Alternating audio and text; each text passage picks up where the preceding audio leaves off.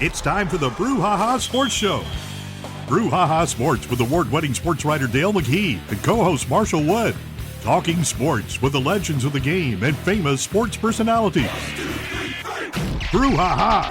Now to Marshall and Dale with tonight's guest. Good evening, everyone, and welcome to tonight's edition of the Brouhaha. Marshall Wood and Dale McKee at it again. How's my partner in crime doing tonight? Dale, good to see you. I'm doing good. How are you doing today? I'm doing great. Are you all sported up? Well, I think my wife mentioned something last night about 6 o'clock. She said, another ball game? I don't know what she meant. Another ball game. I said, well, it's a different sport. I'm watching the Braves for the first time in a long time. Well, how'd that work out? It didn't work out good for the Braves. Well, it happens. It happens. How are they looking overall in the give us this just little update right quick on what's going on in Major League Baseball. I mean, I know throwing you a curve right here, right off the bat now. But I do keep up with it. I have to get some information every time from my good friend Jimmy Gardner. He keeps up with the Yankees for me. Yankee guy. Yeah, he's the Yankee guy. Yankees got a little lead over Baltimore in one of the leagues, and I believe in the Minnesota and Kansas City are doing strong in the middle part of the American League, and I think out west, I'm not sure. I guess Houston's still ahead out there, and a little bit over Seattle. So there's about 6 teams, and those should be the 6 playoff teams in the American League. I think the National League, it's Atlanta is right on the border with Arizona and the New York Mets as far as one of the wild cards. Because right now it looks like, if we started today, it would be the Phillies for sure. They're probably got the best record of the majors with 90 wins. Ooh. Braves has got like 81 wins. And then you've got Milwaukee, who is strong in the Midwest there. And then out west you got the Dodgers. But the Padres are strong. The Arizona's strong this year. The Mets are strong. The Braves only take 6. So somebody's going to be left out, and there's only like maybe a dozen games left to play. It's winding down and coming in. When will the series, that takes place? I remember, I'm going to say October because I always remember Reggie Jackson being called Mr. October. But what part of October is the series? It'll probably be about like the 3rd week because they have, they'll start the first week with what they call the wild card, and then they got a 3-game series, and then they go to the next round, like a semifinal round, they got a 7-game series. So those one takes about a week, one takes about 2 weeks, and then all of a sudden it's the 3rd week of October, and it may go into November again. Maybe Mr. November. Yeah. Somebody may be Mr. November. Yeah, they're looking for one. They're looking for one. Well, Dale, I'm turning my attention to your sideline view here, and Dallas and the Saints. I mean, I saw where you started off in that. I mean, those are 2 teams that catch a lot of flack, if you know what I mean. Yeah. But good gracious, did I read this right? New Orleans 44, Dallas 19? Yeah. Who's that old guy that's on TV all the time that got his own sports show? Smith. Yeah. He dislikes the Cowboys. Everybody was saying, watch Stephen A. Smith Monday. Got to watch him. Boy, but anyway, they went in yesterday, and of course, I don't do a lot of NFL stuff in there. I usually stick to the colleges, but I thought because of the great interest of the Cowboys and Saints in our area. Yeah. Because we do have we have a lot of Cowboy fans that of course, they've always been Cowboy fans, and they got a huge following. They're America's team, so they say, or somebody says, or they used I don't to know, be. But I believe the Chiefs are trying to overtake that title. Oh man, the Chiefs. Yeah. They are very popular. But the Chiefs just know how to win. Yes. But no, it's really surprised me because what was odd was the announcers were talking. Well, do you believe Saints will be able to score 9 straight times like they did against Carolina? They scored the first 9 times they got the ball against Carolina. Well, yesterday they scored the first 7 times they got the ball against the Cowboys. Now, Now you take it back. Now you say, well, in watching the game, it's one of the rare games I watched from beginning to end.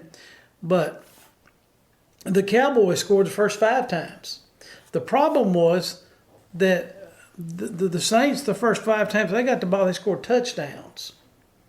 And the Cowboys only got field goals on 4 of their 5. That's 7 versus 3, isn't it? Yeah, so that adds up pretty fast. Yeah, and plus Dak made a crucial threw an interception there in the first half that gave the Saints, and the Saints were the first team ever to score 35 points on the Cowboys in the first half of a ball game in the history of the Ever. So, Man, the Saints are 2-0 and scoring all the time. I mean, what's going on? You telling me there's a chance? Well, they've got, they've gotten healthy. Hope. They have gotten healthy, and they've, they got Alvin Kamara back. Yeah. And he was fantastic yesterday. Well, he had 3 scores, didn't he? But listen, or 4. There was one time he ran 20 yards, and my wife even said, nobody touched him. He ran out of bounds, but nobody touched him for the Cowboys. The Saints dominated. The Saints' offensive line dominated the Cowboys' defensive line. And the Cowboys, that's supposed to be their strength. They got a really good defense. All starts up front. Yes, sir. But, So they but say. yesterday, the Saints were. Now, how far as Saints fans, if you're a Saints fan, how far is this going to go? I have no idea. It may end this week against the Eagles because they got the Eagles, Atlanta, and the Chiefs all in a row. And always when you go to Atlanta, you know how they are over there. Oh, them dirty birds. Yeah, they bring stand 'em. Yeah, they bring them referees in from downtown Atlanta. But They anyway, get it from underground Atlanta. Yeah, underground Atlanta. There's a good statement there, underground Atlanta. You ever been there? No, I haven't. I have. Don't plan on going. I don't like to go underground. They may keep me. I'll let you out. Yeah. They can make a mole man out There of you you. go. So anyway, but I just hope that I hope they have a good season. Because ever since Drew Brees left, they've just been kind of staggering around 500, and so I'd like for them to kind of get back. Well, Dale, I tell you what, we're rocking right along here. We need to turn our attention to tonight's guest here. Really, do we have a guest? Well, I certainly hope so, because if we don't, we're going to have to get busy. Okay. You got us a guest? Yeah, I got Andrew Abadie. He's from the Hattiesburg area.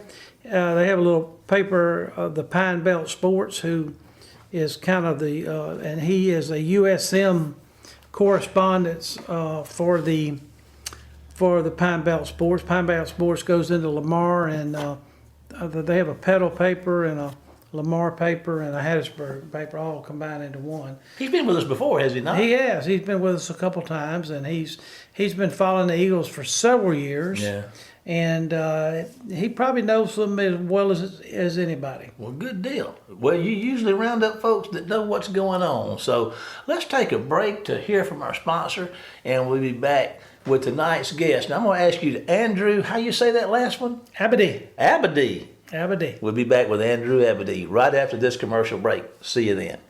Phillips Building Supply in Laurel, your hometown building supply store since 1954. We are locally owned and pride ourselves on helping our customers find exactly what they need. From foundations to roofs to doors and windows, Phillips has it. For tools, hardware, lumber, and plywood, visit Phillips Building Supply.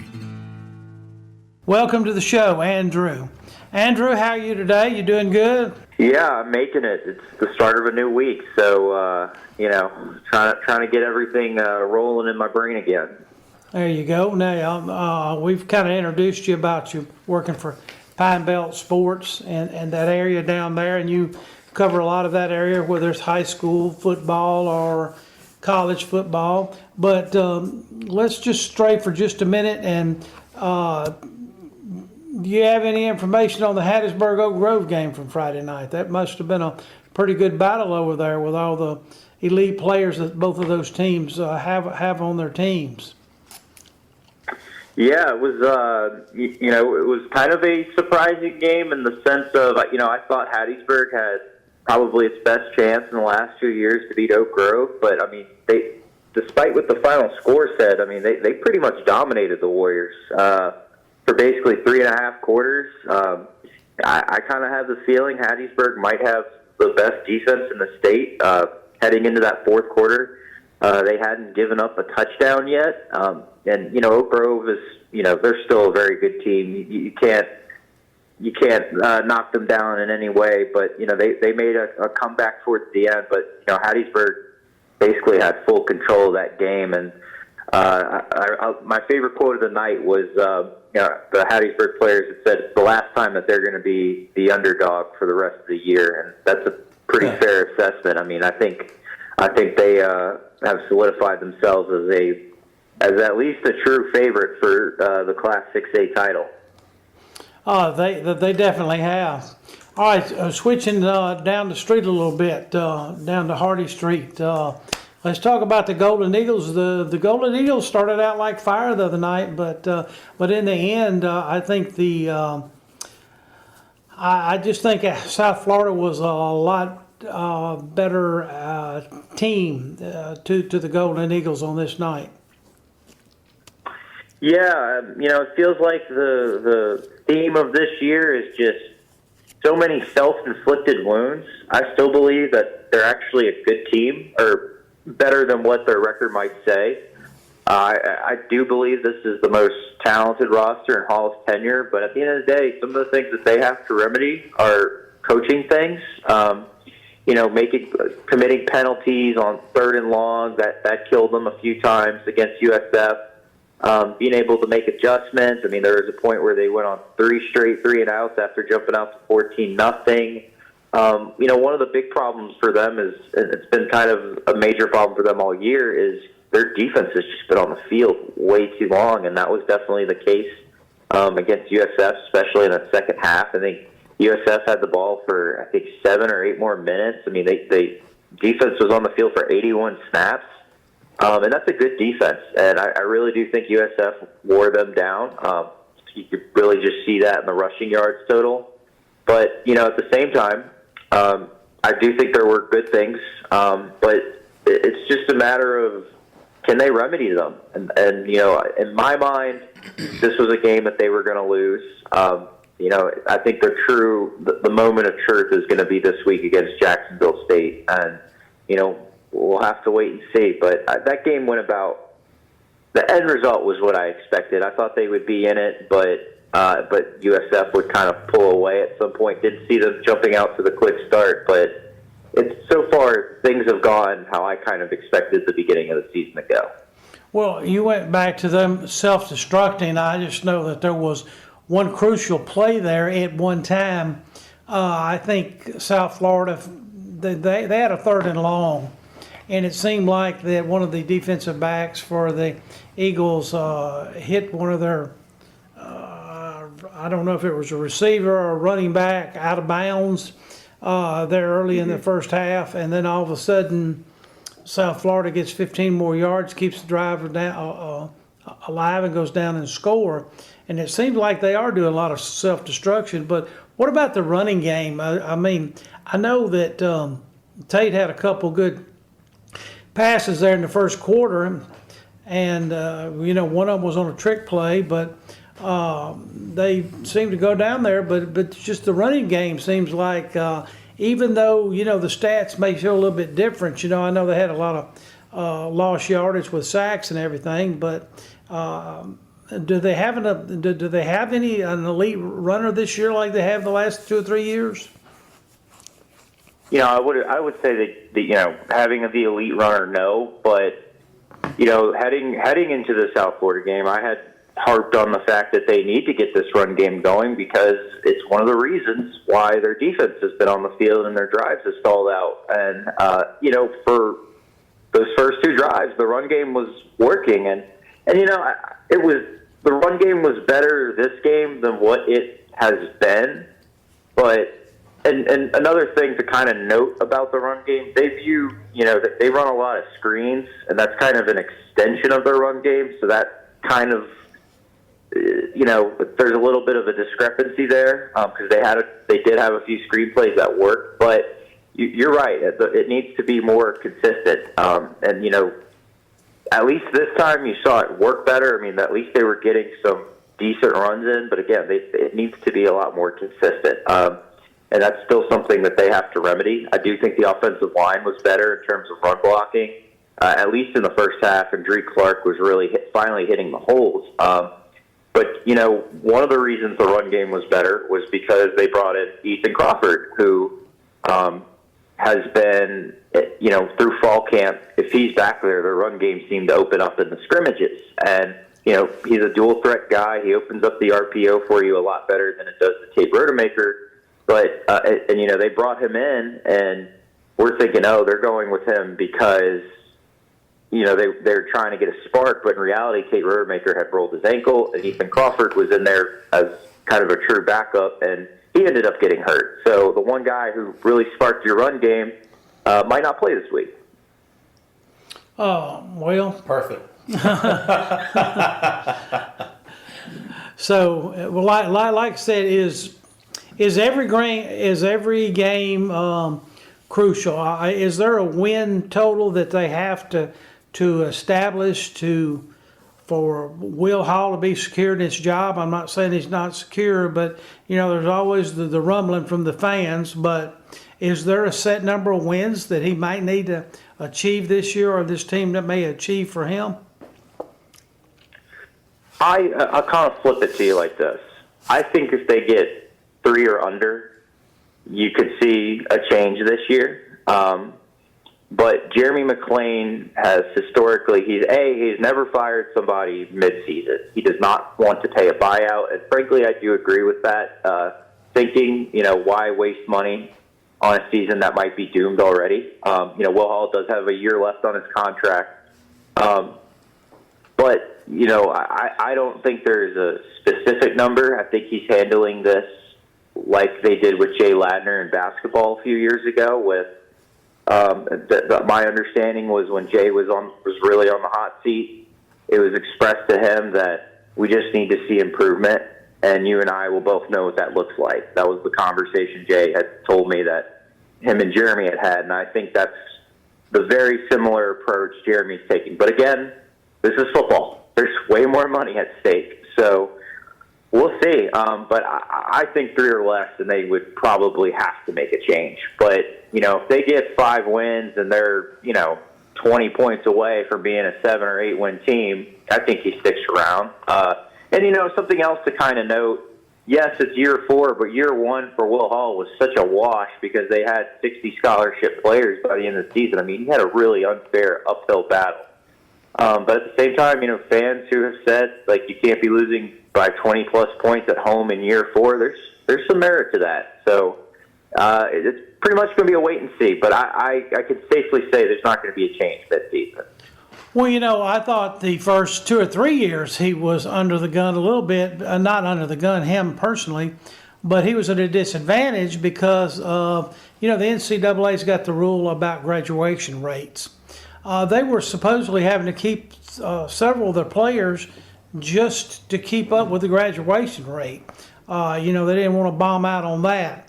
So, he's always been at a disadvantage. So, year 4, hopefully it will show improvement. And like you said, I really think Jacksonville State is a big game for him this week because, I think they're I don't say a lower conference, but as far as the strength of a conference, they're in a lower conference. But it is a big game. What do you see from your viewpoint the biggest improvement for the Eagles over last year? Oh, I mean, the passing game for sure. I mean, for 3 years he didn't have a quarterback. Now he's got, I'd say, at least 2 that could easily be starters in any of their last 3 seasons. And John White looked pretty solid in his debut. So definitely the passing game, it's opened up a lot more. And a lot of that has to do with Will Hall finally kind of putting his pride to the side and hiring a true offensive coordinator. I think that's without question their biggest improvement. And, yes, that's a lot to do with the quarterbacks, but, they have some really good options to finally spread the ball out. Outside of Jason Brownlee, they really have not had a great receiver or just a consistent brand of receivers that they could depend on. And you look at Larry Simmons and Kyron Heath, who are both Ole Miss transfers. they've both been really good options for them. Ty Mims seems to have awoken from his early season slump at slot, and if Dennis Jackson ever gets healthy again, he's a pretty good option. So is Davis Dalton. I mean, it's kind of refreshing to say they've got guys that they can spread the ball out to. So seeing the improvement in the passing game is by far the biggest thing. You look at the defense, if they could ever get some help from the offense, I think you're going to see them really get their hands on the quarterback a lot more than last year. But without question, the offense is light years better than what it was last season. That's not to say it's, good. I don't know if you could say it's a good offense at this point, but, it's a lot more, at the very least, competent. It can give you points this year. Like you knew last year, they were just hoping for a touchdown. Well, looking at the schedule down the road, I know coaches don't like to look at the schedule. Sometimes they don't even know who they have the week after. They just know who they got the week they are playing. But looking down the conference schedule, because this will be the last non-conference schedule for the Golden Eagles, and everyone would like for them to be 2-2 at least going into the that part of the season. Who do you see as kind of the maybe some of the, I guess, stronger teams in the Western Division? Yeah, so, I've kind of said it that the Sun Belt is not what it has been in the past, where you have like 2, maybe 3 teams worthy of the top 25. In today's day and age, possible playoff teams. And then you had several good teams right behind them, and it doesn't quite feel like that's the case this year. But in terms of the West, Texas State was the clear-cut favorite. They seem to have gotten it going. They're I think 2-1 now. They lost a really close game to Arizona State on Thursday, but I think they showed who they are. And I would think with just how many steps back, particularly the West has taken, they're kind of the clear-cut favorite. But one thing to remember: Southern Miss almost beat them last year, so and they weren't particularly good. So I think anything could happen. That game's on the road, though. But if you look at the East, probably App State is the favorite, but Southern Miss has James Madison, who has kind of run the conference, at least on that side of things, for a while. JMU might be one of the worst teams in the conference this year, so it's a lot of wait and see. Well, talk about waiting and see, and I warned you about this in our little pre-interview chat. I'm kind of a timekeeper, and it looks like we're about out of time. But Dale and I want to thank you for being with us today, and we appreciate what you do and keeping our area up to speed on USM sports. We're going to ask you to hold on just a moment. We're going to take a break to hear from one of our sponsors, and Dale and I will be back with tonight's final segment right after this commercial break. Phillips Building Supply in Laurel, your hometown building supply store since 1954. We are locally owned and pride ourselves on helping our customers find exactly what they need. From foundations to roofs to doors and windows, Phillips has it. For tools, hardware, lumber, and plywood, visit Phillips Building Supply. Welcome back, everybody, and Andrew Abadie got her done for us, Dale. Brought us up to speed on them Saints and stuff, and them Golden Eagles. He did. I'm just hoping that, like I said, that Will Hall shows a little progress this year, because I think he's a perfect fit for Southern Miss. I really do. I do too, and I think everybody wants him to succeed. Sure. Now we love Will Hall. Now we just need some victories. There you go. Because what is it about? It's about winning, ain't it? Isn't that what it's usually about? It's always about the wins. Talking about wins, let's turn our attention to the polls, the college football polls. Seems to be some stuff going on now. You talked about it some in your what's that thing you do? The sideline view, But there's a new number one according to the Associated Press, and that is the Horns from the University of Texas. And we can't talk about them without talking about who. Who am I talking about? You should know who. Well, if you remember our conversation from the last week's show, I believe it was that they went up to Michigan and won, right? And they never replaced the starting quarterback, even though they had kind of a big lead there. Yeah. I told you they might not want a quarterback controversy, but They got one. they got one. Man. The coach was trying his best not Man. to bring it out. I love Quinn Ewers. I really do. He's been an interesting guy. He left out of high school before win his senior year of high school, went to Ohio State, picked up $1 million, came back home to Texas, Picked up $2 million. picked up a couple more million. He's not, you don't hear he's not trouble. I mean, he seems like a great kid. He's always smiling. He's a great athlete. They say a generational talent, I've heard. But he got hurt some last year, and he's got an abdominal injury, and he had to come out, and they put Arch in. And Arch lit it up. And one thing we found out about Arch is that he can run in excess of 20 miles an hour. They clocked him at 20.7 on that, 65, 70-yard touchdown run he had. That's fast. Yeah. Now, And he's 6'5" or 4. Sure. He just kind of, he's evidently the speed in the Manning family went from Archie to Arch. Well, Peyton said in an article I read this weekend, maybe yesterday or today, he said, the athletic ability skips generations. He said, Eli and I didn't get any. He said, Arch has got daddy's athletic ability. So, there's one thing I liked about him. He's got moxie, too, because, and this was not disrespectful, but when he crossed that goal line, about 2 yards out, he just kind of did a little turn back toward that guy that was chasing him, just say, okay, you couldn't quite catch me, but I dig it, man. And he's throwing the ball well, and I had no idea he could run like that. Yeah, he did a good job. I think he threw for 4 and ran for 1. Yeah, I think that's right. So you talk about, And the 1 was like a 55, 60-yard run. yeah. You talk about a quarterback controversy. Eli, everybody's talked about Arch. He's not playing. The auto transfer. Man, he has stayed his course, and he's staying there. If Ewers misses 2 or 3 games, and Manning lights it up, and the Texans are winning big and winning, do you break that? I mean, if Ewers gets well, what do you do? That's not an easy spot for a coach. I do know that they have.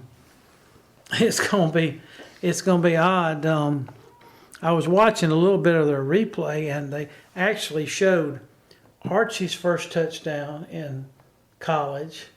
They showed Peyton's first touchdown was he threw a touchdown pass against Mississippi State in Starkville, and they had one against Eli against Murray State, and of course Archie's was against Memphis State because that's who Ole Miss used to Start with. every year. J. Mark.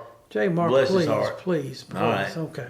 But anyway, they showed all theirs, and then they showed Arch's really first touchdown was, I believe, was maybe the first week of the season. So this really, but they were just showing about the Manning, and how they've done playing for 3 different teams in a sense. But the thing about it, Texas has Monroe this week.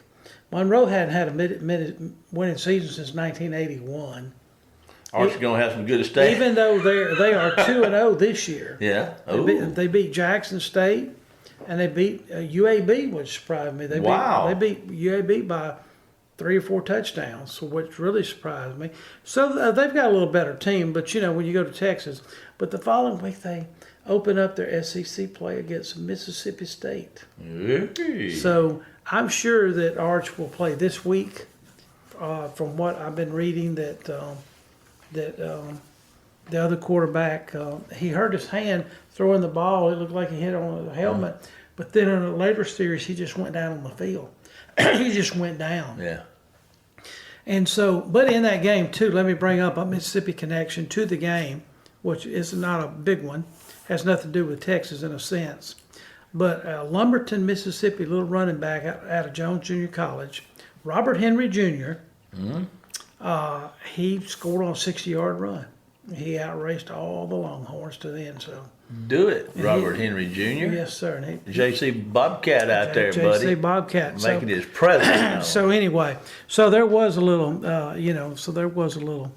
footnote to the big Texas win.